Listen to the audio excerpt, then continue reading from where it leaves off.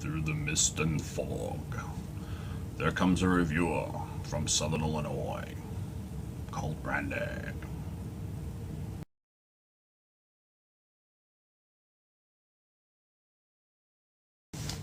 Hello out there once again in SIGT land and the rest of YouTube.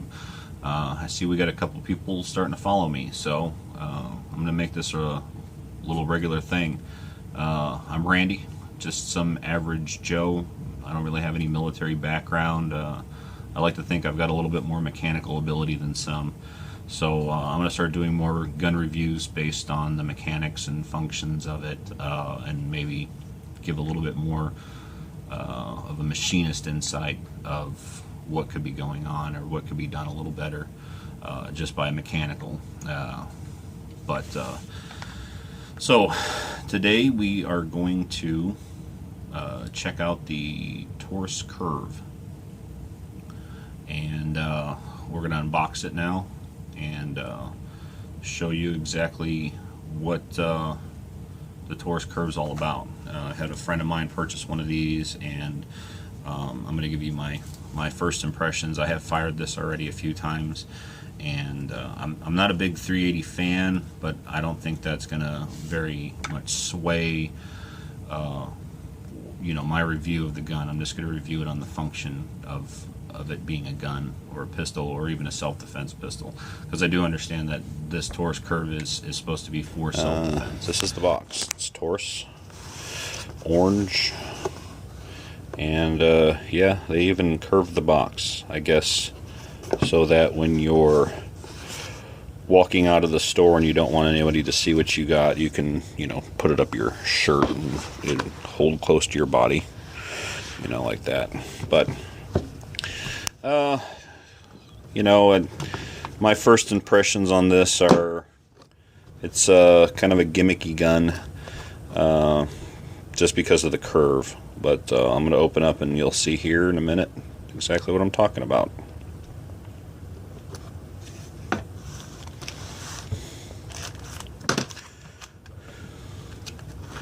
So here we have the initial findings of the Taurus Curve. Of course, your regular paperwork and stuff like that over here.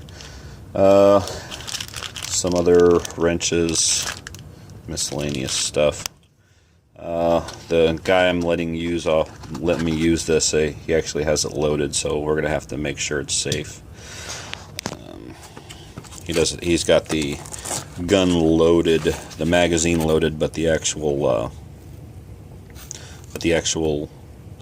gun is not chambered. There is a chamber indicator on here, and you can see it's down all the way. So I'm going to show you the Taurus Curve and kind of how it comes, and it's got a little holster here, and I have cleared it. Let's see, there's no round in there, but no magazine in there either.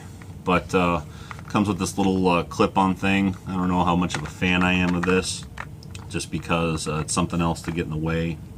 You don't have to holster it, and it's more of a belly gun or just a waistband gun, and it comes with the clip over here, so that it just clips on your belt loop, and then it can just be in the waistband.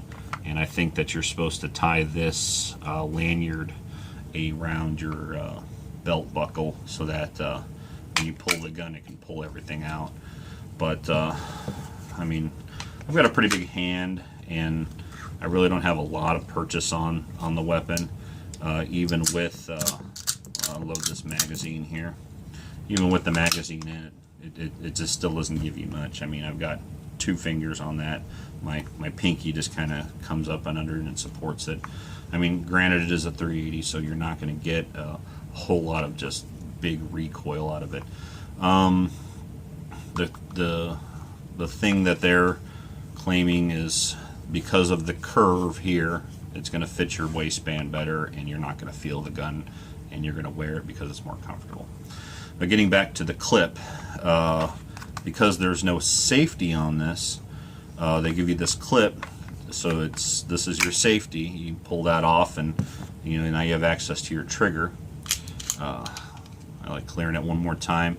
It does have a hold open, but there's no actual release. The one thing I'd like to point out is there is no sights on the weapon whatsoever.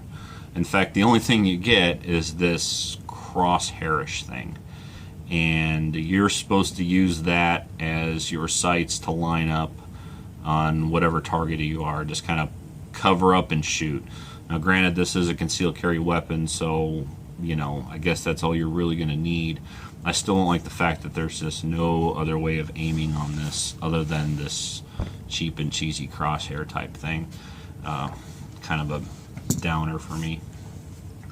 But we do have magazines. Comes with two, it looks like, two magazines, and they are, let's see, they're 6-shot magazines, so it's a 6+1, you know, one in the chamber. It does have a loaded chamber indicator on the top right here, and I am going to put a live round in it now and show you exactly what this loaded chamber indicator looks like, so you can kind of see why I'm not very impressed with it. So we're going to keep our finger off the trigger, but you see that? That's loaded. That itty bitty little rise right there.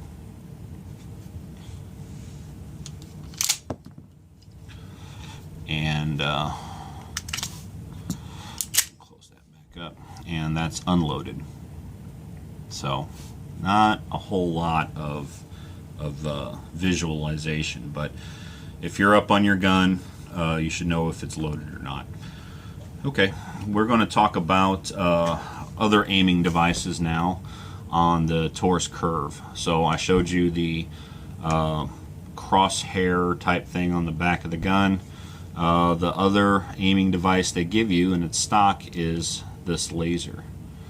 You can see the laser right here. Blind the camera a little bit with it.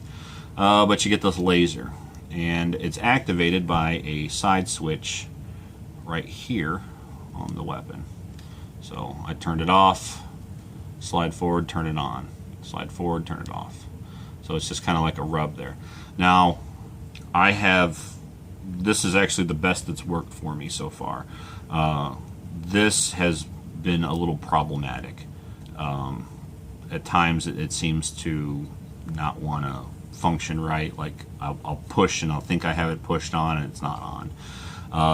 I think the other thing, the way you activate, this has a couple flashlights right there, and I think you hold this to get this to come on, and there you go. Now you got the flashlight, so you can click the flashlight on and off now, and then you hold it again,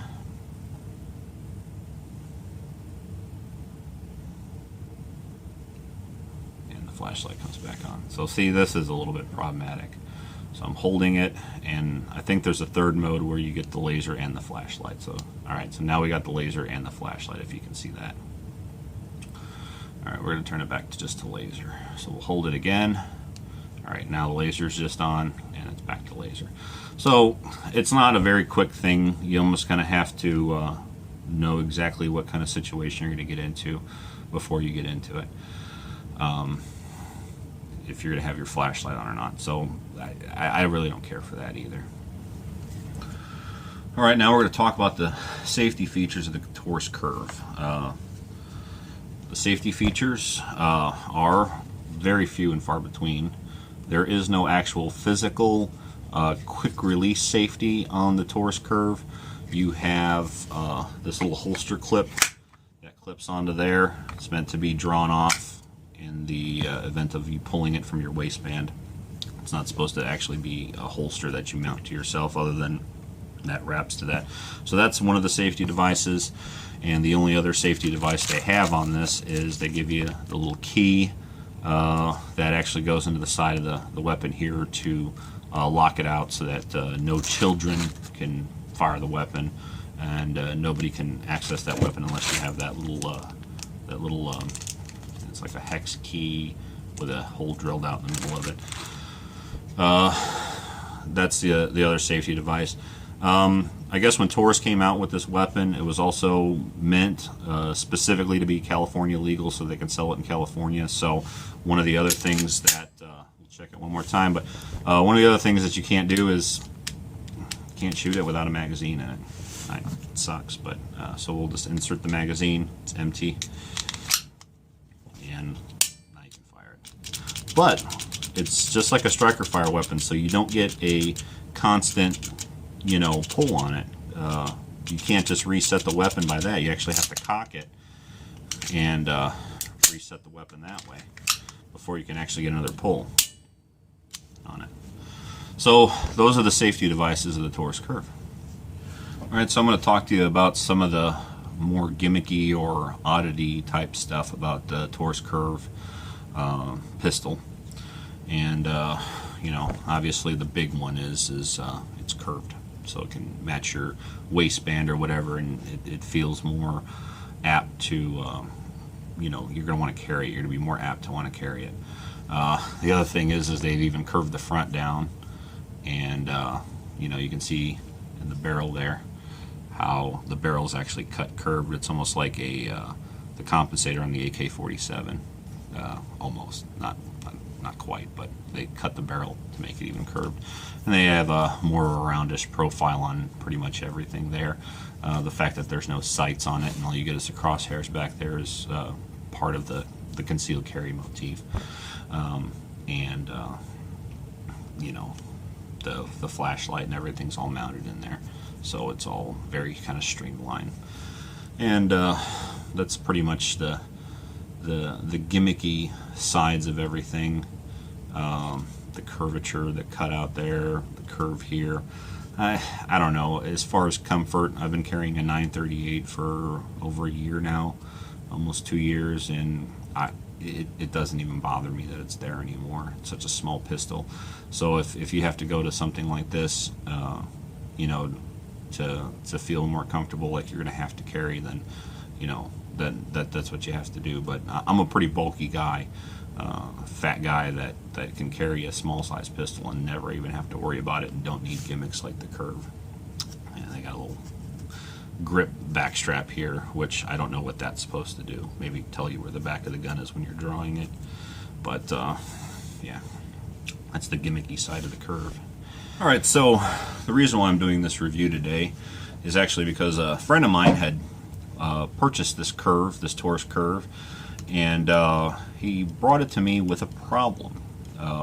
He was like, "Hey Randy, I'm probably doing something wrong here, but I cannot get this round out of the chamber."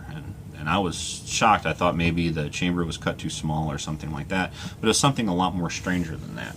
So I'm actually going to load up a live round in here now to kind of show you exactly what's going on. And we're going to use these Hornady zombie killers to kind of show you exactly what's going on. So the little green tip polymer zombie killers.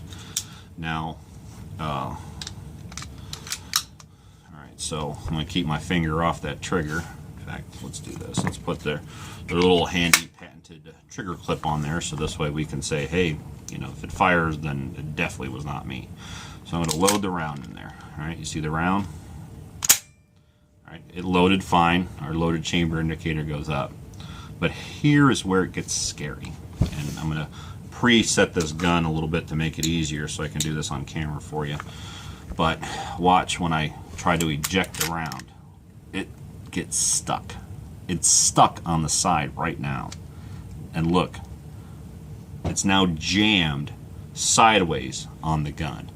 So I'm coming home from a long day at the office or work, or I've been driving around all day, and I want to take my gun off and actually want to unload it and maybe even do maintenance, or let's say I just want to keep this gun unloaded because I have a child walking around the house and I really don't want to have this weapon loaded, or I've got a better gun I like to use and I just want to unload this weapon. Let's just say there's numerous amounts of reasons why you'd want to unload this weapon, maybe even on a daily basis or even not, and now you're stuck with this problem. So when he brought me this, the only way I could get this to come off is I actually have to push the round back in there, let it come in, and occasionally this works and occasionally it doesn't. So you got to rack back really hard to get that round to eject out of there. So that's that round. And you may ask yourself, well Randy, I mean, does this happen with other rounds. There are other rounds out there. So my friend actually went off and he bought these rounds. These are not defense rounds. These are just regular plinking rounds because he was having another problem. And the other problem is when the gun, on certain rounds he had, the gun was actually not stovepiping, but where you get that round that kind of jacks sideways up in the gun and it just kind of hangs everything open. That's what he was having with those rounds, and those rounds actually had a dimple or a rim, and you can see these are smooth, but you know which rounds I'm talking about is they actually have a rim on it. And what I was finding is that rim was actually hanging up on the feed ramp of the pistol, and it wasn't allowing it to come in. Now with a bop of the back of the hand you could get the round to seat and you can do that, but even on the live fire test every one of those rounds was hanging up, so I was having a problem. But I'm going to see if these rounds grab, and yeah, I didn't have no problem. It actually chambered perfectly. So I'm going to try to unchamber this slowly and see if this round hangs too. Nope, it didn't. So this round right there is a little, must not have a long enough nose on it, and that's pretty flat at the bottom, and you can see it's just a smidgen bigger. The Hornady Zombie Max is just a smidgen bigger, so that's what's actually, you know, clogging it up. So I was very disappointed in seeing that the manufacturer actually had it so that a very regularly used defense round was actually hanging up inside the weapon when you're just trying to clear it. And I was very shocked at that. Now, in the defense of the Taurus Curve or whatever, every one of these rounds after it fired, of course, the shell came out and it ejected. But I find it to be a bit of a safety issue when I can't unload a live weapon, you know, and I feel like I have to do it safely in my house. But if you've seen what I had to go through, that I think that's pretty strenuous or pretty ridiculous to, you know, if you don't happen to pull back on this quick enough and get that round to come off by that speed, you actually have to fold it back in there and then try to redo it again. But there was no way to even pry it out once it gets to that stuck mode. So, but that's one of the problems I find with it. Of course, the other problem is the fact that it has no sights. I understand this is a CCL weapon or a CCW weapon, and you know you're not going to want to use sights, you know, within a couple feet. I still like to have sights, you know. I still want to know where that weapon's hitting, what it's doing. This little crosshair system on the back, I'm just not buying that. And I know some of the guys that are reviewing this and doing the live fire, they're actually finding that this kind of works for them. It's just I just don't find it's going to work for me. So. All right, so here I am at the dismantling table, my cleaning table, and I'm going to show you how to dismantle this Taurus Curve. This is another thing I really didn't care for this gun, the dismantling process. I like firearms to be easily dismantled, you know, field stripped for cleaning, but the Curve definitely is not one of those weapons. So I'm going to show you again, once again, it's clear, because I was dealing with the live rounds earlier. But this pin right here, I don't know if you can kind of see that, but there's a pin right there, and what we actually have to do is reach over here and grab this pick out, and we actually have to pick this pin out. And you don't have to do it with it open or anything like that, but let's see if I can get a better angle here. But you actually have to get behind that pin and pick it out. So alright, you pick that pin out and it actually get to a point where, there it goes, it just let go. So now we can slide that off. Now I'm going to tell you right now, if you've bought one of these and you're going to dismantle it, you're going to want to pull this pin all the way out. Don't do that. When you pull the pin all the way out, what there is a little retention. There's a little retention spring underneath here. And I'm going to tell you right now, once you pull this pin out all the way, it can be a pain in the ass. And I'm actually going to pull it out for you now because I feel like I should show you this pin, this spring. So, I don't know if you can see, if I can get up close enough to this here, but there is a little metal bar that runs across there, right there. You see that metal bar? you've got the end of your pin here is really boxy and flat, and that metal bar has a tendency to not want to let the pin in. So you actually kind of have to rock it in there, and the only way to do that, if you do that, is like just like that. You got to rock it in there. I find it easier to do it with the firearm all the way apart, and then I get that pin set up so that it's nice and flush in the back side here. You see where it's not, you know, flush there. I don't know if you can see that or not, but it's not flush there, but we'll get it to where it's nice and flush to put it back together. So we're getting a little ahead of ourselves talking about putting the gun back together, and we haven't even taken it apart all the way. But it just comes apart like most of your other regular firearms. You got your spring, which is kind of interesting. They've got this little double woven spring in here, where on the back side here you've got this weave of a smaller spring and a bigger spring together. I guess that gives you enough power to function the weapon. And then of course you just slide your barrel out here, and then you can get your barrel, which is just a stubby little barrel. I mean, you can see it's not very long. I do got pretty long fingers, but you know, not very long barrel. Let's see what that is. I got a tape measure here. Measure this barrel.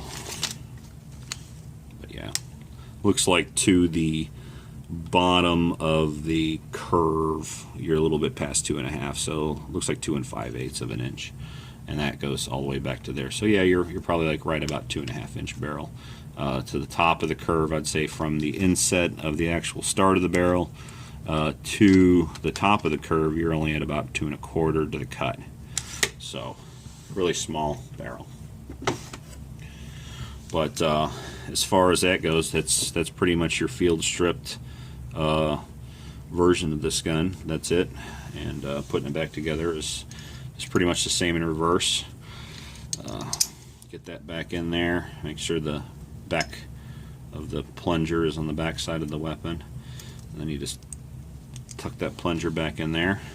And then with the pin already in there, like I said, it's a little bit easier to do with the pin already in. You just take that slide and slide it back in there. Now, if you see here, you see right here, this is where that pin actually has to go.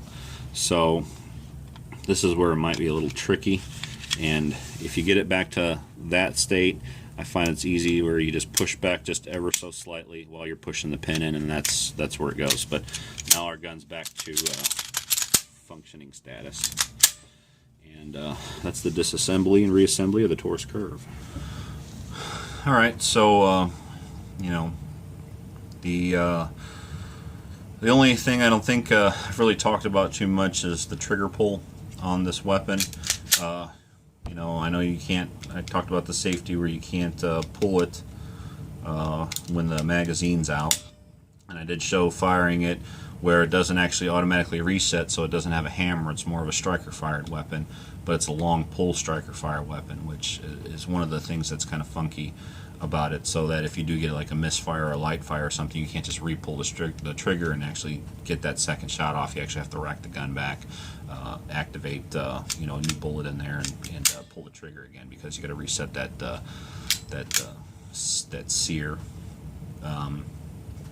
But let's show you. I mean, you already see me pull it a few times. I mean, as far as triggers go, I've felt worse. I mean, it is a nice long draw, you know, because it is a no safety weapon. It's got a nice long draw, but it's pretty smooth throughout, and it doesn't have a funky break at the end. I know when I was doing the SCCY review, the SCCY had a funky break to where when it broke, your whole hand jiggled because you just couldn't stop it. There was so much slack after the break that your hand was recouping, you know, the grip. But this weapon does not have that. You know, it's actually got a smooth continuous trigger pull throughout. So I have to say it's not that bad. The end of the review here. Would I recommend this weapon to another person? I would probably not. I would have to say it's very gimmicky. The magazine has a low round count. You know, you only got your 6 + 1 7. I understand it is a CCL weapon, but I just feel that, you know, the magazine is just a low round count. And then you can also see that if you're trying to pocket one of these as a backup mag, you know, they give you 2, you still got that big bulky clip to deal with. I don't like the clip releases. Actually, you just pinch that together. So, you know, I didn't really talk about that either. But I'm very actually just disappointed with this weapon in general. I find it to be very gimmicky, and I think what they're doing is they're just selling the fact that, you know, we molded the handle and curved it a little bit. I think they left out a couple key things that could have made this weapon, you know, phenomenal. It does function. It does seem like the slide is pretty well made and the metals are pretty well made. It functions to an extent without the safety or the round over here jamming up in here. I'd say that's an unfunctionality thing. But the rounds that I did fire through it, and the ones that I could get to fit, you know, without jamming up in there, a certain brand. This is just a Remington bullet that I actually got to fit, and the Hornadays did fit, but it was hard to get them to extract with a full round. But the ones I did get to fit did cycle fine, and it did function fine.